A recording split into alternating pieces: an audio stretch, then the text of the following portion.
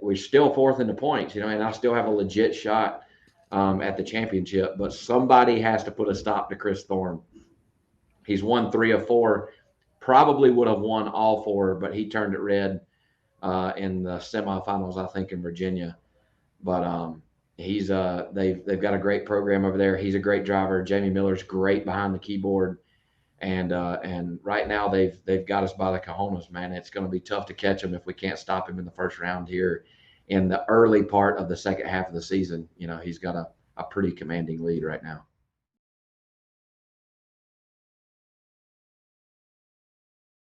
We have got a very special guest in the studio today. We've chased him for a couple of days. He's been testing at Galot, not his own car, from what I didn't even know at the time, but I've seen thanks to some footage on the web.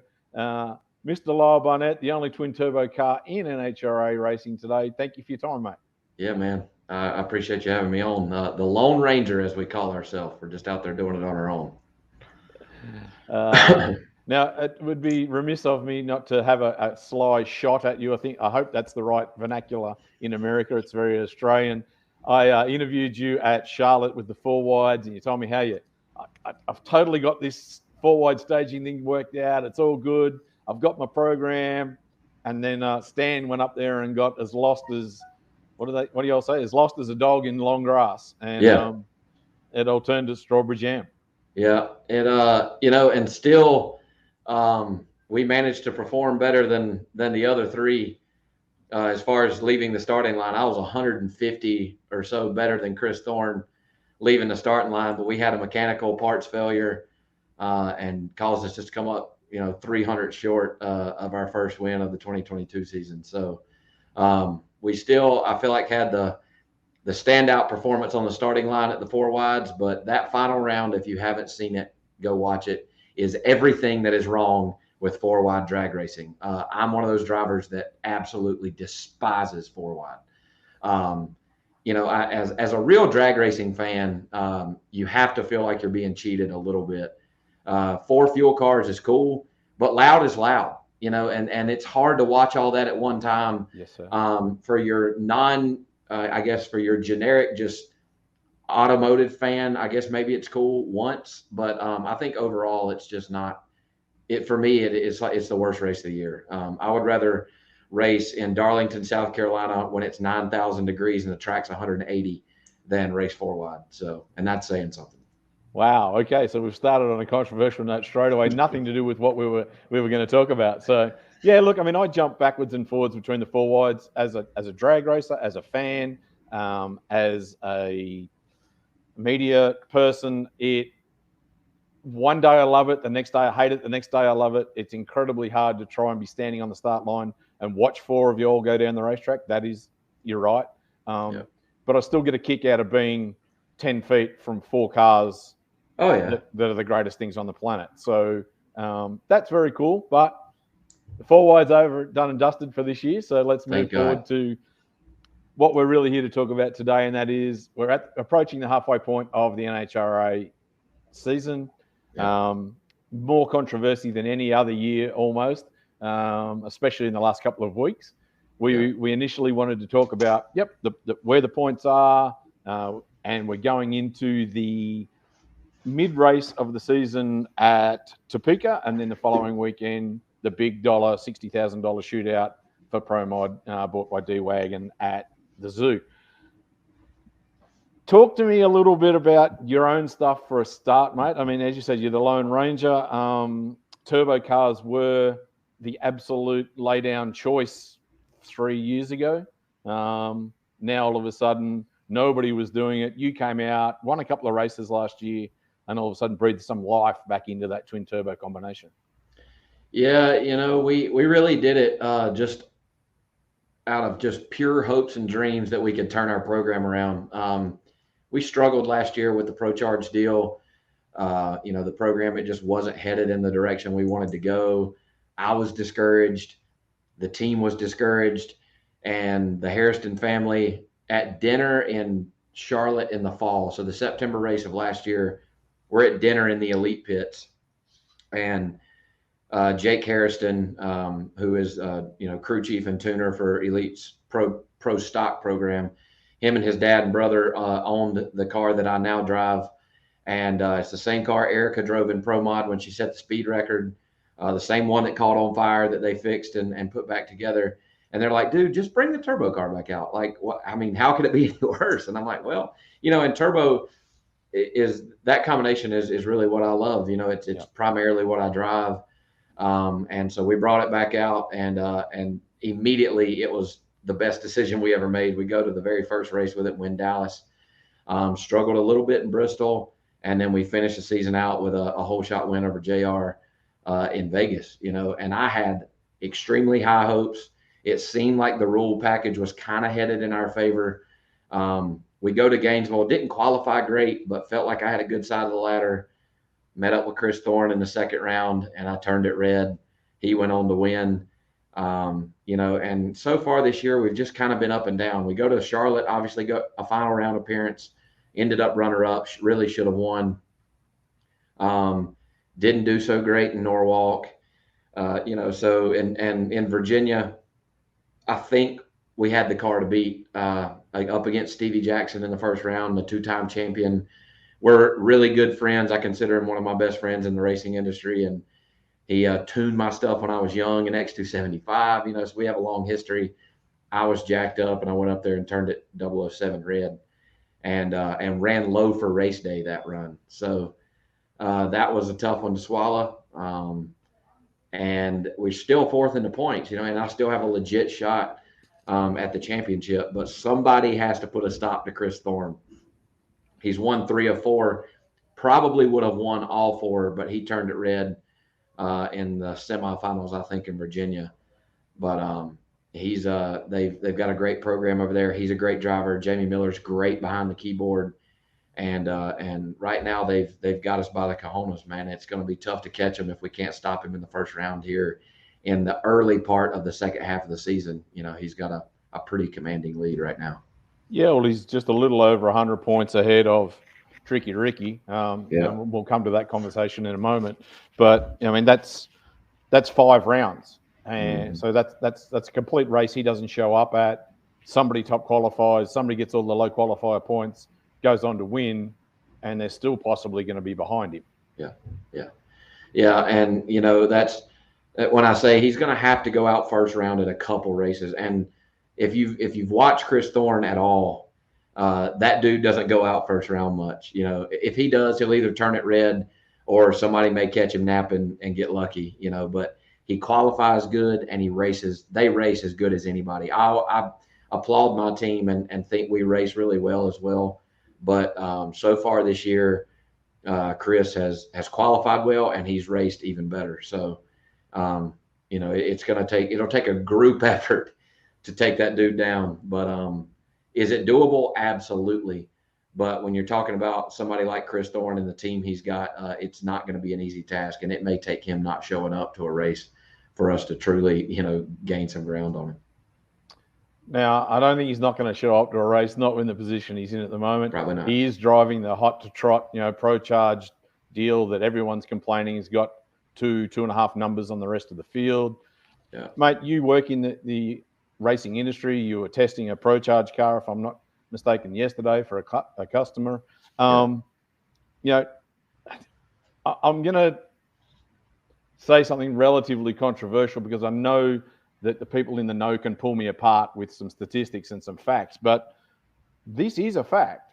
We have 5 power adders in the bracket. Mm-hmm. First is a Pro Charger. Second is a nitrous car. Third is a guy who can't decide whether he's a Who Charger or a Roots Charger. Fourth is your good self with twin turbos, and fifth is a Screw Charger. Mm-hmm. 2 out of the top 10 are Roots blown, so that's 20%. We've got 5 power adders, so 1 power adder is 20% of the field. How can you all be crying that there's no parity, that the Pro Chargers got too much, the Screw had to get hammered, blah, blah, blah? I'm not saying I'm right or wrong. I'm just opening the conversation. The layman fan looks at that and goes, well, man, you got 5 power adders, and the 5 power adders are 1, 2, 3, 4, 5. Mm-hmm. Where's the problem? When you look at it like that, it does look, to be very fair, but we look at it a lot deeper than that. Yes. We've got analytics and sheets and all this stuff that we look at, and in every race it's analyzed, and we all talk about it. There is no denying that the turbo combination is at a disadvantage. And you, Ned Wallister, Lonnie Grimm, Ricky Smith, Stevie ain't nobody going to convince me otherwise. We race well. You can look this year, we haven't qualified great at all. We just have raced decent. I haven't even raced that good. I've been to the finals once and run it up. Been out in the second round twice, I think, and then I red lit first round in Virginia.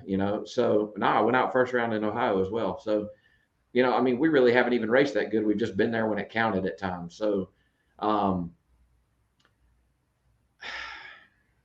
there are some who cry more than others. And it's one of those squeaky wheel gets the grease type situations. Chris Thorne, he's got a couple number one qualifiers. He's won all but one race. It's hard to argue that he doesn't have an advantage, but I personally think he just has outraced us most of the time.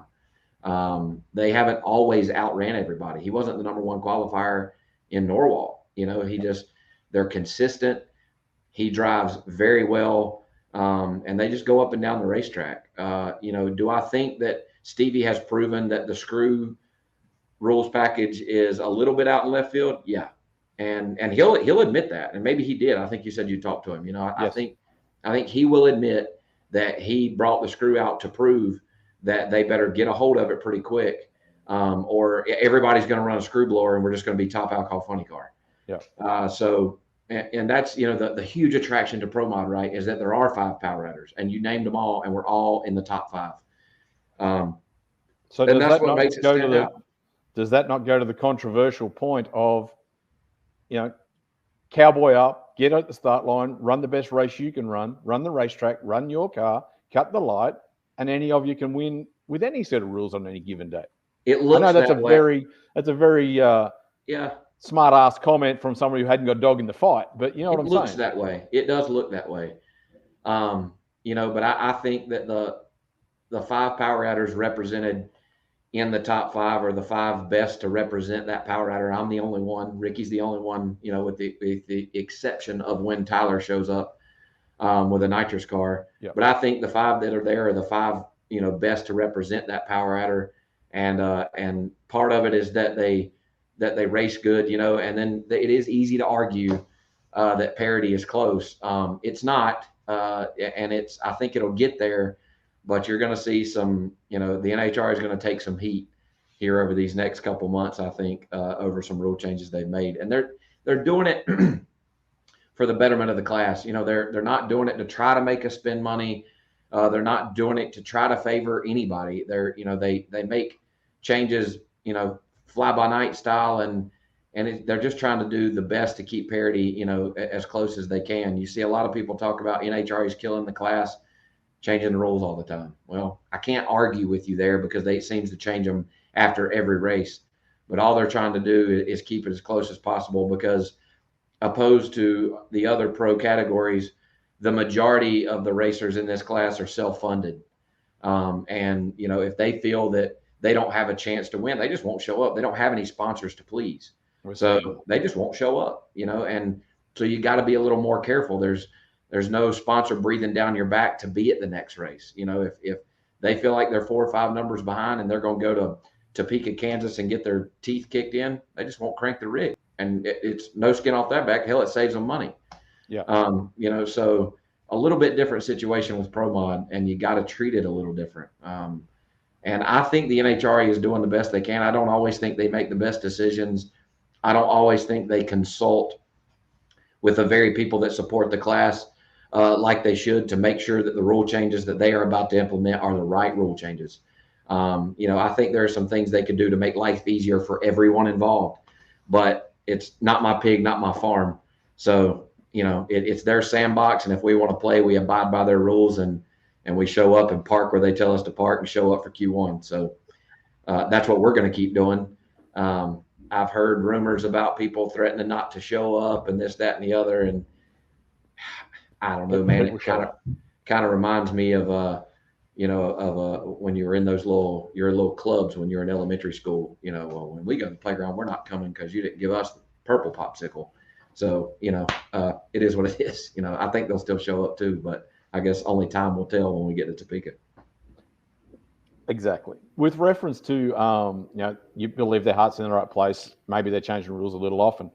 I mean, for those who are old enough and have loved this class since its inception, it was hard enough with keeping parity when there was only a roots blower and a nitrous bottle. There was only two. There was only two power adders, and there was constantly, oh, my power adder's at a disadvantage. No, mine's at a disadvantage. I want more. I want less. He's cheating. He's sandbagging. Blah blah blah. Now you got 5 of the damn things. I mean, I'm surprised that we're not changing rules twice between rounds. Yeah, and we had a meeting with NHRA last year in Indy, in my pit actually, and Stevie Jackson, the Janus guys, all the people that if there's talk about a blower going on, you close your mouth and open your ears. And they told them that bringing the screw charger in was a bad idea. We all unanimously voted in my pit. All the drivers were there. Most of the crew and crew chiefs and members were there. There was a unanimous no when asked if we wanted the screw charger in for 2022, and here it is. I think that there was some fear about letting the Pro Charger in, and they've struggled for a year and a half now to wrangle it, to get it back in. So I think there is some value if they would listen to us as racers when we tell them something, and so far, and look, again, I'm not bashing the very sanctioning body that I race for. I love racing for the NHRA. It's a great place to go. I think they put on an excellent show, but I don't always feel like they really value what we say as racers and as the ones that support the class. Should they? I think so.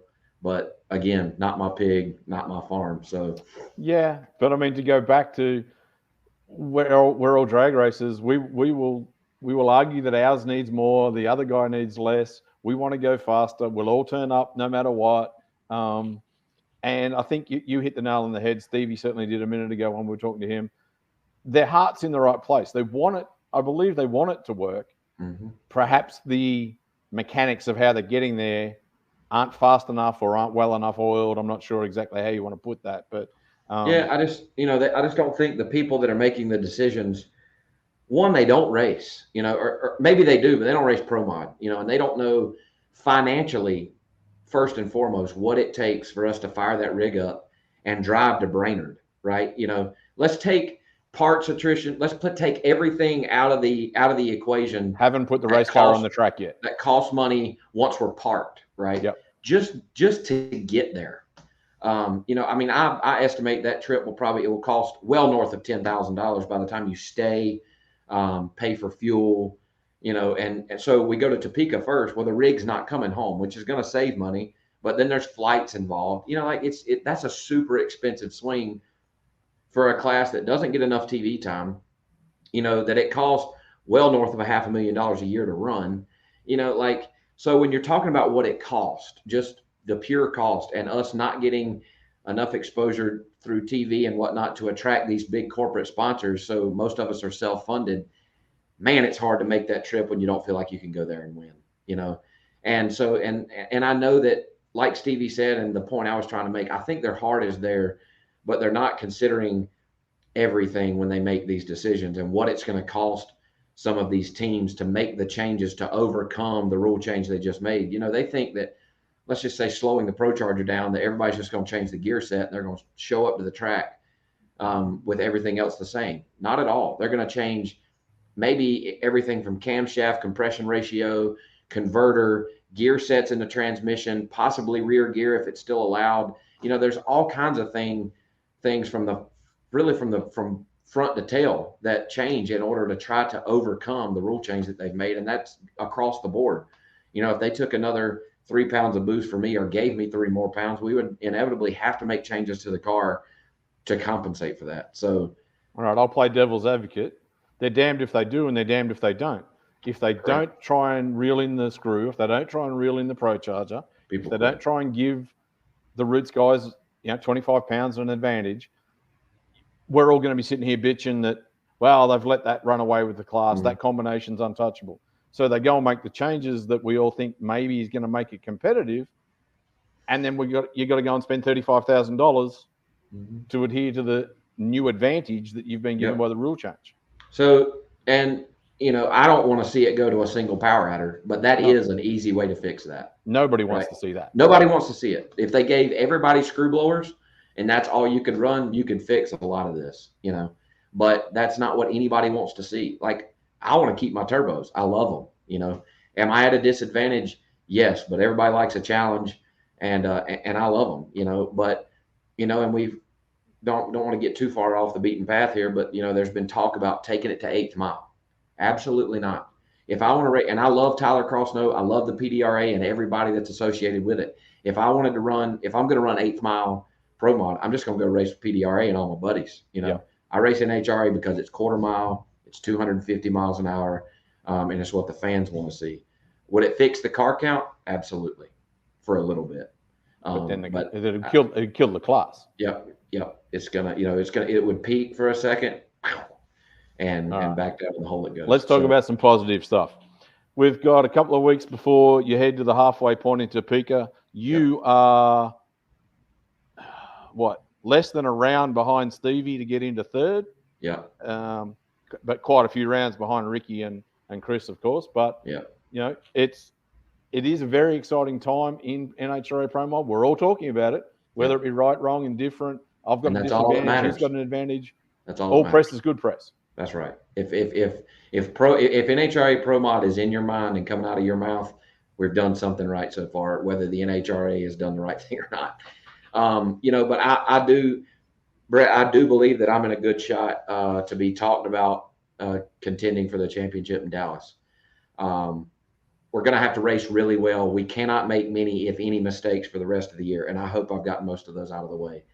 We're going to need Chris Thorne to fumble a couple times. Yep. And I think that's really going to be the make or break for all of us who have a shot at winning the championship, is what Chris Thorne does in the back half of the season. If he continues to run half as good as he's running right now, you'll never catch him. But this is racing. It's not, they call it racing for a reason. It's not, it's not winning. So he's going to have to, he can make a few more mistakes than us, but he better not make too many, because there's several of us that are waiting for him to do it, to take advantage of it. So I hope my name's in the hat in Dallas. I'll be honest, I'm in some financial trouble as far as making the rest of the season. I've got some stuff that I'm working on, but it's going to be really tough for me to make it the rest of the season if we don't get some help. So not my plea or an I'm broke call out there, but if there's anybody out there who is interested in riding on the turbo car, I could use it to make it to Dallas. Well, it would definitely hurt the class if we lost a character like you and the twin turbo combination Lone Ranger, as you like to say. Right. So the mid-season race is coming up at Topeka. Once that's out of the way, how much extra pressure does this big dollar shootout add at the following race at the zoo? D-Wagon have stepped up. It's going to be a $60,000 weekend for Pro Modified. All of a sudden, qualifying isn't qualifying anymore, because I'm running for some decent money every time I put the car on the track. Is that going to be a trigger or a tripper for some of these guys? I think you're going to see a complete change in the qualifying sheet come Sunday morning in Brainerd. But before we get into that, I want to thank Doug Winters and everybody at D-Wagon for all that they've done, not only for the D-Wagon shootout, but for the Pro Mod class as a whole for the 2022 season. Doug, my crew chief and owner here at Modern, Justin Elks, Eric Dillard, Phil Schuler. There's several of them who have worked really, really hard this year to make NHRA Pro Mod the most well-funded sanctioning body for pro modified cars in the world. So a huge shout out to those guys. But I think on Sunday morning, you're going to see a mix-up on the qualifying sheet like you probably haven't seen all year. You're not going to see these guys go up there after making a decent run or two in Q1 and Q2 and hit a home run. There's going to be some strategy played. because we're talking about racing for real money, and Stevie and I were talking at Galat yesterday when we were testing, and I told him, I said, dude, it's as important for me to win that race so I can fund and go to the next one as it is just to be there, period. I need to win to fund myself, and so and we're going there, loaded for bear and with intentions of winning the race. Am I worried about qualifying number one? Absolutely not, because I've won from the 12 spot, in NHRA Pro Mod. You don't have to qualify up top to win. But we are going there with a strategy to try and win the D-Wagon shootout. An awesome deal that they put on. It's at the most lively and energetic racetrack surrounding Pro Mod in the world, or in the nation for sure. Those people there love some Pro Mod. And they and the zoo, it's the Talladega Boulevard of drag racing, and I'm excited. I've never been there. So this is going to be a first for me, and arguably the biggest Pro Mod race that Brainerd's ever seen. So I'm pumped. Awesome. Well, I think that's a pretty good positive note to end it on. I know you've got plenty to do in the shop, plenty to do on that telephone also, by the sound of it, to make sure that we see your smiling face for the rest of the season. Thank you so much for your time, mate. I know that you didn't get a lot of sleep last night due to the newest addition to the race team. Yeah, man, I got a tire changer that we birthed about 6 weeks ago. But so far he sounds like a well, I was talking earlier about those squeaky wheels. He's kept us on our toes and up all night here recently. So I was late into the shop this morning and drug on in, and everybody knew immediately that he had kept me and the wife up last night. But it's going good, man. We're super excited, and thanks to all of you who have congratulated us. It's a game changer for sure, but there's no love like the love for a child. So we're learning this. This is both of our first. So we are learning parenthood day by day. So we'll see how it goes. Makes driving a 250-mile-an-hour Pro Mod easy, right? You damn right it does. Yes, absolutely. All right, mate. We'll end it there, and thank you so much for your time. Yes, sir. Thank you, Brett.